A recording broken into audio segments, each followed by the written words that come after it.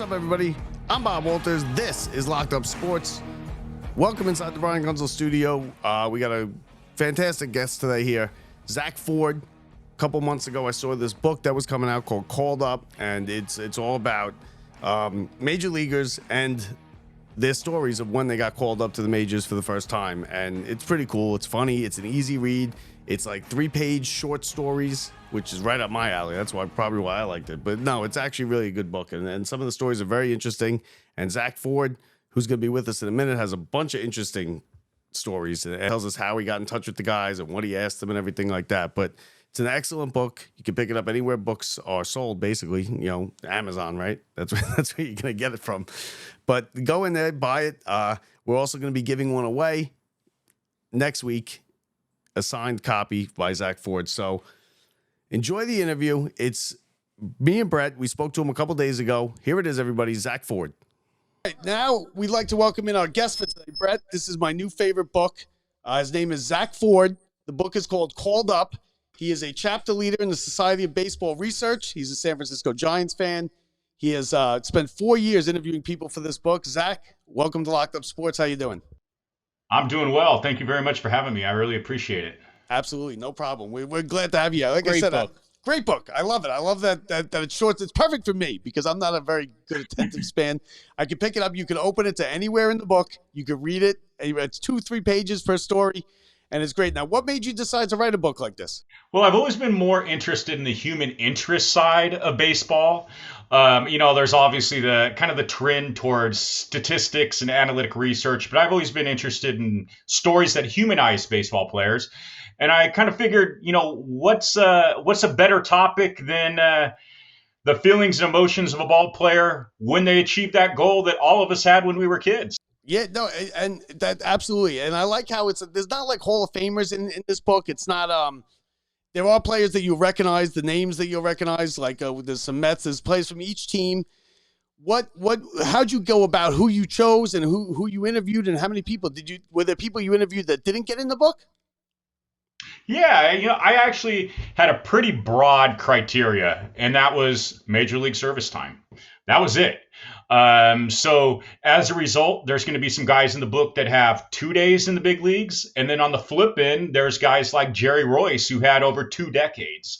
And again, I reached out. If anybody had major league experience, they were a candidate for the book.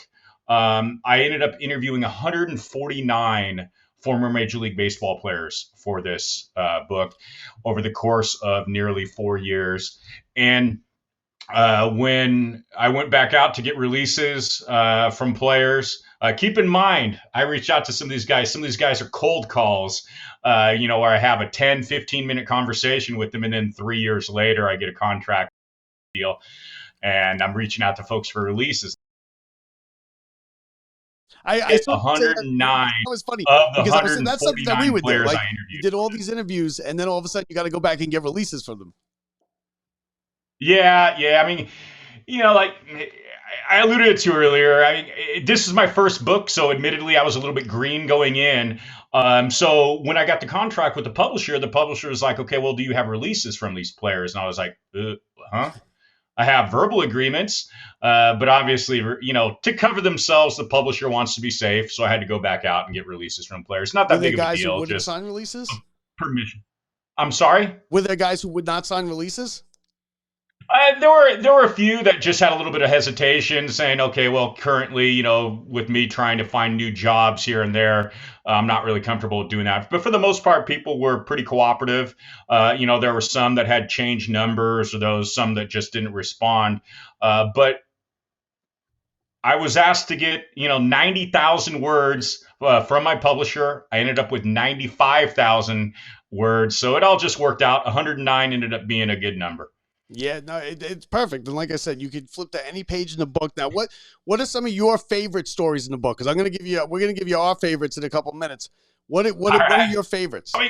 There are quite a few. What's interesting is I interviewed players for about 3.5, 4 years, and I talked to a ball player, and I'd be like, oh, wow, this is a great story. This is one of the best I've ever heard. And then a week later, I talked to another ball player, and I go, oh, wow, this is a great story. It's one of the best I ever heard. It continued on almost the whole entire time I was interviewing players. Obviously, when you're looking back, at the collection of interviews. There are some that resonate. Oftentimes, there are some of the guys that I was familiar with when I was a kid. There was still a little bit of an element of, wow, I'm talking to some player who I idolized as a 10-year-old or 11-year-old. But so you that had the same said, reaction as people sometimes when they got to the big leagues had. Yeah, exactly. It was funny because there are some players that reference that they also have kind of that, not necessarily a fan perspective, but they do have that, wow, I'm in the clubhouse now and I grew up watching this guy, or 5 years ago I was watching this guy in the World Series and now I'm sitting next to him in the locker room. But it's just it was a real fun project. And as far as some of the players or the stories that resonated with me the most, oftentimes the players that aren't necessarily your household names, the guys who spent a half dozen, 8, 9. There's one guy in the book, Jaw Leach, who's one of my favorites. Admittedly, I'm a little bit biased because he's a Giant. He had his cup of coffee with the Giants in 2001.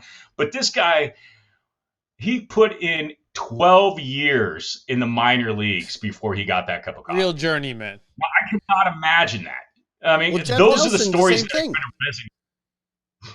I'm sorry? Jeff Nelson did the same thing. He put in like 9 years before he got here. He did 15 years. Jeff Nelson's story is really interesting too, because he had such a long journey in the minor leagues, up and down multiple franchises, and then all of a sudden, he switches over to that closing role. He decides to start throwing on the side, and it just kind of clicked for him. Typically you're not going to hear stories of guys who spend 8 or 9 years in the minor leagues and still spend 15 years in the majors. That's almost, just mathematically, that's almost impossible. But Jeff Nelson is one of those stories too that's just really impressive, because he stuck with it, he persevered, and he became, one of those, bullpen guys with the Yankees dynasty. And he always have that with his legacy. He was able to stick around, persevere, and through dedication and hard work, he found major league success eventually. I think we saw some on the other side, too, that got up really quickly. One of my favorite stories was about Sean Estes and playing low A ball, going into high A ball, thinks his season's over when he wins a AA championship. Next thing you know, he gets a phone call, need you up here, see what you got, finish out the year. Sean Estes is another interesting one because, again, he is a former Giant and former Met too, I believe it. So I got that reference in for you guys. But he actually had, he came up and he was a number 1 pick by the Mariners, and he had a fairly slow beginning to that time with the Mariners. He spent something like 4 years in A-ball. So he was really kind of humbled for a while. He got traded over the Giants in 1995. During that year, obviously, the Mariners were trying to do everything that they could do to win at a major league level. So they traded off some of the younger guys. But when he went over to the Giants, everything just really clicked, and he had that really quick rise to where he's going from A-ball in the Mariners system all the way to the big leagues that September with the Giants. It's quite an impressive, quick journey. And he spent, I believe, 13 years in the major leagues after that as well. Yeah, I liked how it's kind of like they become like kids again when you start talking to them, and like I believe it was Chris Borges. He got in and he got there, and it was Old Timers Day. Asked to chip in for Willie McCovey's watch, and then he went over and met Willie Mays, and he's like, "Oh, this guy's small. I could do this." He lasted like less than a year in the bigs. And he was gone. So, it's funny. Or you got like somebody like Kip Gross. He came in, and his big thing was he's in the video, the World Series video. Yeah. Because he pitched the 9th win in a row to start the season for the Reds. That was 1990 when they won the World Series. He didn't get a ring, didn't play for the World Series or anything, but he's in the video. And that's his big like claim to fame. That, and he said that there was a drawer full of cash that they showed him that only the players knew about. They said, you don't make much money, because in the minor leagues, they don't make any money. There was one story in there where they're saying that I was out to dinner with my wife on a coupon at TGI Fridays. He's like, we didn't make any money. Yeah. And half of them are driving their cars overnight to the ballpark. So I love that. How did you start the interview? What kind of questions did you ask them? Well, I mean, the first question I asked players, other than just common, just intro type conversation stuff, was when did you realize you first had the talent to become a Major League Baseball player? Now, I didn't ask that question because I expected them to say, hey, when I was 16 or when I was 21 as a sophomore in college, anything like that, or when I was in AA. There are some answers to those questions that are similar to that. But more than anything else, I asked that question because I knew it would spark memories of early mentors, of when they first started clicking that this is a realistic possibility for me. I could do this as a profession. I need to make sure to listen to Coach so-and-so or listen to this person. And, I asked that question knowing that it would spark those memories. And oftentimes when I started asking players questions about their call-ups, about their major league debuts, who were some of the first people that they called about the news, who were some of the first people that were in the crowd, when they had, when they took the field the first time, a lot of the responses from that first question, a lot of the mentors that were included in answers to that first question would then reappear later on in their stories. Well, I haven't yet realized when I can make it to the majors. I'm still hoping, Neither have I. I'm 45. I'm still trying, man. I can't even hit 250 in beer league softball. So, it's one of the things I say in the beginning of the book is, I probably hit 200 in Little League over the course of 4 or 5 Little League seasons. And I still was naive enough to have that dream that, okay, when I reach the major leagues. But we all and I think a lot of us had that dream. Oh, well, everyone did. Yeah, of course. We had a better shot at playing for the Mets than you did for the Giants in those years. Yeah. The Mike Mizuraka, where his childhood friend came to the game. Oh, that's hilarious. And then they get on the bus, they go back to the hotel, and his friend is signing autographs because he looks more like a big leaguer than Mike Mizuraka did. Yeah, Mike Mizuraka was a cool story to hear, too, because Mike played for the 1991 Visalia Oaks. And I remember that summer going to a lot of those Oaks games with my grandma. So, I interviewed a couple players from that team, and I'm looking at the roster, and I was like, oh, Mizuraka, ended up making the major leagues too. And he was an undrafted free agent. And I want to say maybe the late 80s. I thought, oh, wow, he ended up making it. That's super cool. And I ended up reaching out to him on Facebook. He was more than cooperative. He had that little cup of coffee with the Brewers in the late 90s. But, yeah, he comes back, and he has one of his, childhood buddies come with him. And his friend is, I don't know, like 6'4", 220, chiseled. And Mike Mizuraka doesn't necessarily fit that category. So they go into the hotel together, and there's little fans there trying to collect autographs and stuff like that. They just automatically went to Mike's friend, asked him, and Mike was like, whatever, man, just go with it. And his friend ended up signing the autographs, and Mike went on with his business. We've had that before. We used to go, when we go to Met games, we would go behind the center field fence where the players rolled out after the game. And we'd be like, we'd get autographs. We'd be like, who is that? Who is that? And we'd be like, I don't know. Just get it. Yeah, just get his autograph. It doesn't matter. Now, I also thought a lot of them, it was funny because they'd come up and they'd be like, wow, I'm facing Roger Clemens. Or the one where, who was it that? That's the best part of the book, is those stories are just as good as the guys who had these long careers. Yeah, and I said earlier, I tended to gravitate to those unique stories that haven't been told before, haven't been heard, and those guys that really struggled and persevered. I mean, I do have some great stories of some guys who had long-term careers in the major leagues. Your Jerry Royces, who spent 22 years in the major leagues. He's the longest tenured player in the book. This guy got his call. He got notified of his call-up through a registered letter. You surely wouldn't expect that nowadays, right? No way. 1969, the news came from a printed letter. Bobby Grich is in the book as well. Had a great story, became a team Hall of Famer with both the Orioles and Angels. But I tended to gravitate to those players, like I had referenced earlier, who had the struggles in the minor leagues, but persevered and had their little cups of coffee, or the guys who also persevered and still had somehow managed to do 10, 15 years in the major leagues, like your Sean Estes or your Steve Traxel. And the other guy that mentioned, Jeff Nelson, those types of guys. I love those stories of guys that just continue to plug away and serve their time, and it materialized for them. They had good major league stat lines afterwards. Now truth be told, I was stalking this book for a while online because I was like, I love the idea of it. I would read the little excerpts on Facebook, and the one that got me to finally write you and invite you on the show was, and I guess it didn't make the book. It was a guy, I don't know if he posted online on your page or what, for Fenway.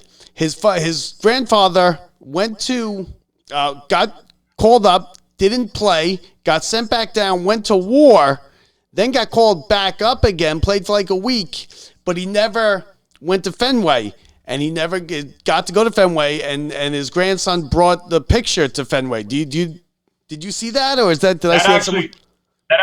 That's actually me. That's you? That was actually my great uncle. You let me tell the whole story before you. That was great. How do you not lead with that? That's you, okay. So my great uncle. Tell us that story. I should have referenced that earlier when I was giving you kind of the overview. But so my great uncle was a phantom major leaguer. Yes. In 1946, and he was considered a prospect in the old Pacific Coast League, which was the baseball out on the West Coast prior to the Giants and Dodgers. And he got bought in the same deal as Dominic DiMaggio by the Red Sox. But his deal was he was going to spend a couple more years of seasoning with the San Francisco Seals. He goes to spring training with the Red Sox in 1941. He does not make the team. He gets sent back down to the minor leagues. Well, 1941 is obviously an interesting year because players are starting to get drafted into the service. By the middle of that year, he was drafted into the service. He ended up spending some time overseas. He ends up getting, going to spring training in 1946 with the Red Sox, makes the team out of spring training, but the Red Sox come off to a very hot start that particular year. And the services of a near 32-year-old rookie with no major league service time, who was in Europe much of the last 5 years, weren't really needed. So after 2 weeks, he got released without getting into a game. The next day, he gets picked up by the crosstown Boston Braves. He's with them for about a week. Same thing happens. He gets sent down. Spends about 7 or 8 more years in the minor leagues, but never touches the major leagues. Even gets close to the major leagues again. So that was my great uncle's story. I don't have it. It's interesting. What you were probably thinking of is I made reference to it. I saw the picture of you, I guess it was, holding the picture of your great uncle. Yeah. Now, did he ever talk about it, or what did you talk about it with him, or was it a sore subject? I mean, but by the time I started getting close to my uncle, he was an older man who had kind of moved on from baseball. I knew that there was a sense of disappointment that he did not get into a game when he was with the Red Sox for that short amount of time. And I had slight conversations with him about that topic, but I never really dove into, what was it like, traveling with the team for those few weeks. Did you talk baseball with him? Was he a baseball fan? He was a baseball fan too, but I mean, he's definitely more of a player. He was, somebody that had a great start to his career. Like a lot of players, World War II, kind of put things on pause. And, when he hit the reset button, things didn't reset for him like they did prior to the war. So, he wasn't quite the pitcher he was before, but I make a few references of his story in the book, but I don't have his story itself in his words. No. Yeah, that could be a whole separate book, to be honest with you. There's not much of your voice in the book. It's more just, and I like that about it. You know, it's just the players. Purpose, yeah. Because and no offense, but nobody knows you about that. We don't want to hear your story, Zach. I'm just a baseball nerd, like in baseball stories, man. Exactly. My voice is not important. I want to capture the feelings and emotions of these players, and what better way to do that than through the first person narrative format? And so I also wanted to make sure that when players, not just players, but when people are reading this book, they're not just reading it. I wanted it to almost be like they're reading spoken word, if that makes sense. So as you're reading it, you're able to capture. I mean, I kept in,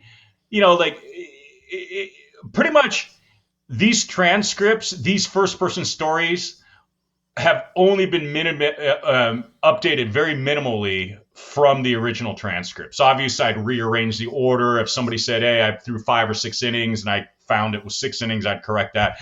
But these are the words of the players. And I thought that was extremely important to convey throughout this book, because when they're telling those stories, there's no fan, there's no writer who can express their first-person emotions like they can. And I just thought that was something that was very important to capture for this particular project. And you tell stories like that. Like, I still tell the story, I won 1 championship in my life. I was the Dodgers. I made a nice play out. We actually beat the Giants in the championship. And it's like a Little League story, but I tell it as if it was like almost a big league story. And I still tell it to this day, anybody that'll listen to me. But as far as the Red Sox go, our buddy, who we named our studio after, Brian Gunzel, he was a huge Red Sox fan. And I went with him to Fenway, and we had to go sit in the Red Sea, Yorkie Way, and everything. It was great. And was your uncle was he a Red Sox fan? He actually ended up becoming more of an Oakland A's fan. Okay. Somehow ended up being more of an Oakland A's fan in older life. Obviously, he followed the Red Sox early on because of his ties to the Red Sox. But for some reason, he ended up becoming a bit of an Oakland A's fan. What's kind of funny is when Oracle Park opened up, it was packed ballpark. He got invited along with a few of the old San Francisco Seals for a special, like, not really old timers day, but kind of a recognition of some old San Francisco Seals that were still around. And he actually showed up in an Oakland A's bucket hat. And the Giants were like, nah, dude, you can't be wearing that here. So they ended up having to replace it. But yeah, he ended up, I don't know if he wasn't necessarily a diehard Oakland A's fan, but he was an A's fan later on in life. I thought that was kind of a funny tidbit that he actually ended up wearing the Oakland A's hat to the Giants reunion for the season. Did you find that the older players were more willing or more enjoyed it more than the newer than like the younger guys from like the 90s, say? I wouldn't necessarily say that. I would say that definitely things, had changed from time period to time period. But, as far as some of the older players, the older stories, there are some players in there that, keep in mind, in the 60s, 70s, 80s, even the early 90s, you don't have the internet. You don't have as much exposure. So a lot of the players don't have that same exposure to the major leagues as far as, watching. Notoriety, maybe. Who's next on the pipeline or what I need to do here or what I need to do. So there are some elements to some of those earlier stories that are a little bit more of a surprising factor, if that makes sense. So, oh, wow, it's my time. Wow. Whereas some of the newer stories, obviously the players still appreciate it and everything like that. They track it on their phone. Who got hurt? Who got sent to the DL, For the most part. You're a chapter leader at the Society of Baseball Research. That's a SABR thing, right? Are you to blame for the SABR metrics and all? Explain to us what that exactly is. So Sabre is a community of baseball fans of all different walks of life. Obviously, Sabre has kind of gotten the reputation for being stats heavy, and there are definitely a lot of people involved in Sabre that fit that bill. But I understand where stats play a role in the game, but I've always gravitated towards those human interest side, human interest side of sports. What made baseball so special behind the scenes. So there's within Sabre there is opportunity for all sorts of baseball nerds of all sorts of different levels, whether or not you're interested in stats, whether or not you're interested in ballparks, players, first person stories, all sorts of different things. If you're a baseball fan, there's some sort of opportunity to grow that passion. You're in the what the Dusty Baker, Sacramento. Dusty Baker. Chapter, yeah. What is that? Is he the head of it or something? No, so baseball, Sabre chapters are typically named after prominent baseball figures within those particular regions, so what they're based. So within the Sacramento region, Dusty's the man. It just made sense about 5 years ago that the chapter renamed itself on behalf of Dusty. So we are, occasionally, provide updates to Dusty on what we're doing, but it's not something that we have regular correspondence or regular coordination about. Does Barry Bonds belong in the Hall of Fame? Ooh, that's a slippery slope there. I will say yes. I will say yes. Agree. I know that's a controversial thing. The thing is, and I had this conversation with some of my friends, and I understand people are passionate on both sides of the aisle. Barry Bonds, the best hitter I ever saw. I mean, it was, he would get maybe 2 pitches a game. Walked him intentionally with the bases loaded. Oh, yeah, I've seen that numerous times. I mean, there were some games I went to later on in his career where he would be walked 3 times. And I'd be like, oh, man, I'm trying to watch. My kids are little, and I'm like, hey, this is Barry Bonds. He's one of the best hitters ever. I want you to watch this guy. And then he'd get walked 3 or 4 times. And, yeah, but it's a show of respect. Maybe have a long pop-up. But, I would say that. I mean, I do think that I definitely understand both sides of the debate. But I also think that Major League Baseball knew what was going on, and for them to kind of demonize some of the players of the late 90s and early 2000s, I think is a little bit hypocritical of Major League Baseball. Now, tell us about you have a cat named Buster Posey, after Buster Posey. I do. And you have a dog named Hercules after the cult film The Sandlot. I do, yeah. So we got our cat, 2011, I believe it was. So obviously, that came off of Buster Posey's MVP season, big season of 2010. And was it his MVP season or his rookie? Oh, whatever. But, big year from Buster Posey in 2010. He's a great catcher. Great player. So it just made sense. We're Giants fans. He's an orange cat. Buster Posey was the man for the Giants at that time. We're going to name this cat Buster. I have an orange cat. I have an orange tabby cat. We call them LeGrand Orange. Yeah, the dog ended up being the dog. We sat the kids down and we're like, okay, we're this was during COVID. We decided to go out and get a dog, and what are some of your ideas for names? And I threw out, okay, well, the Beast doesn't really sound right, but the Beast name was Hercules, right, and the kids were like, you name him Hercules, and they decided on the name Hercules before they even met the dog. So now how is the ballpark out there? I guess 3Com or whatever they're calling it these days. You're a Candlestick guy, right? Candlestick was terrible for baseball, wasn't it? Yeah, I mean, Oracle Park is the Giants ballpark now. It's gone through 3 or 4 plus. Whatever the highest bidder, like that. But Candlestick Park. I'll admit it didn't have a lot of bells and whistles. It smelled bad. It was cold. But it was baseball to me when I was first getting into baseball. It was, you know, I would sit down and I'd watch a game. There wasn't so much of these extra things that are going on at the ballpark in, the 80s and early 90s. And it's where I fell in love with baseball. So Candlestick Park will always be near and dear to my heart. And I still dream of taking the field at Candlestick Park, even though it's just a pile of dirt right now. It's always going to be one of those special places. And you're looking at two guys who spent their childhood at Shea Stadium. So, and I'd do anything to watch a game from the Loge one more time. So it's beautiful place. It was a dump, but it was our dump. So, any projects? That's exactly how I feel about Candlestick Park. Yeah, right. My dump. Yeah, exactly. So, any projects we should be looking forward to in the future? Yeah, I'm actually working on a project.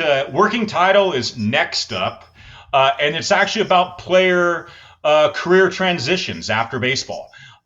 So, what is it? What was the kind of the process for them after baseball to find that next passion, to find that next career? A lot of baseball fans have this misconception that baseball players can just sail off in the sunset, after they hang up their cleats, and that's a reality for maybe 1%. No, it's got to be more than 1%. Because they're guaranteed really contracts. Not. If you think about it, it's really not. If you think about some of the main guys, think about even some of your high-profile athletes that still stick around. Just on for example, Tom Brady. He couldn't stay away. He had to come back. Obviously it's a different situation as far as finances and football, but it's also an identity thing, right?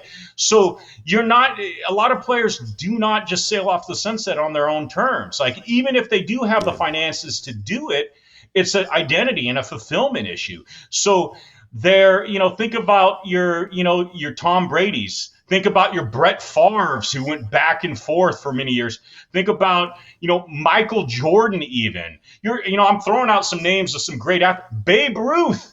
They want to go back. Babe Ruth didn't retire on his own terms. They want to go back, but I thought you meant like financial-wise. Because most of and listen, baseball players are better off than football, because football contracts are only guaranteed till next Sunday, and that's it. Baseball's got the most powerful union, and one of the most powerful unions in America.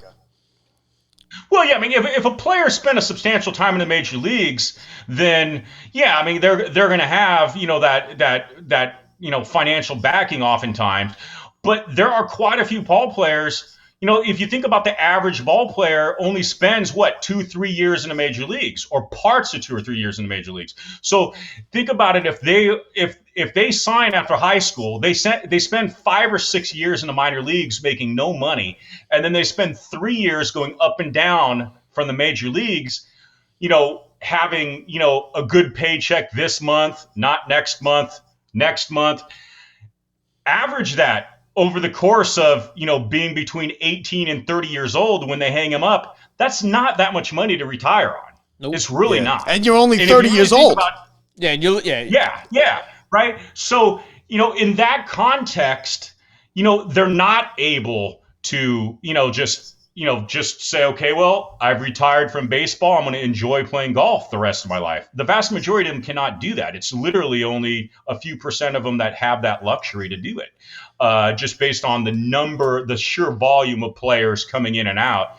A lot of the players that I've talked to, a lot of players in this book, and a lot of players in my next book, Next Up, on the post-playing career transitions, are not players that, had that, 5-10 years in the major leagues. There's going to be definitely some, but for the most part, they're guys who reached the goal of becoming a major leaguer, but they never became necessarily financially independent or stable as a result of it. Well, the older players had to work in the off season. Oh, some of them had to play. Some of them had to work even after, during the season. It's crazy. So thinking of some of the guys in my great uncle's generation, it's pretty crazy. Yeah, it is crazy. Now tell people where they can find you if they want to get in touch with you, talk to you about the book. Or just keep up on you? Do a Google search for Called Up and Zak Ford. Even if you spell Zak Ford wrong, you're going to get it. It's going to come up. It's not. Zak It's just Ford, a K. Zak is spelled Z. Okay, that's why I make that, that reference. But calledupproject.com is the website that I've been maintaining for the Called Up book. On that website, there'll be a little bit more information about the book, and then also some ordering options. You could get it from Amazon. You could get it from direct from McFarlane. You get Barnes and Noble. If somebody wants to email me and get a signed copy or whatnot, I don't charge shipping. I could go ahead, definitely hit. All right, you know what? Then we're gonna get a signed copy for you, and we're gonna do a contest here. We're gonna give it away. How about that? That sounds like a plan to me, man. That sounds Perfect. great. Thank you very much. book. Great book. His name is. I'm telling you, get it, folks. It's you can read it anywhere. You could just pick it up, open it up wherever you get it, and read a story or two, and they're all fantastic stories. His name is Zak Ford. Zak, thank you Thanks, so Zak. much for giving us a couple minutes here.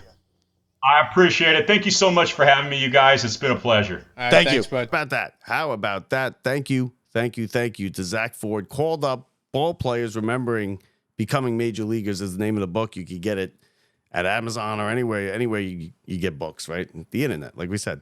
So with a big thank you to Zak Ford for coming on, giving us a couple minutes here today.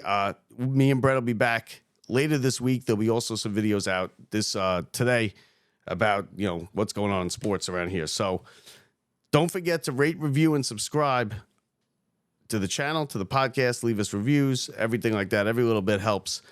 You can also visit our website, www.lockedupsports.net, lockedupsports.net. So that does it for us today. We'll talk later in the week. Thank you again to Zak Ford for giving us a couple minutes. I'm Bob Walters. See ya.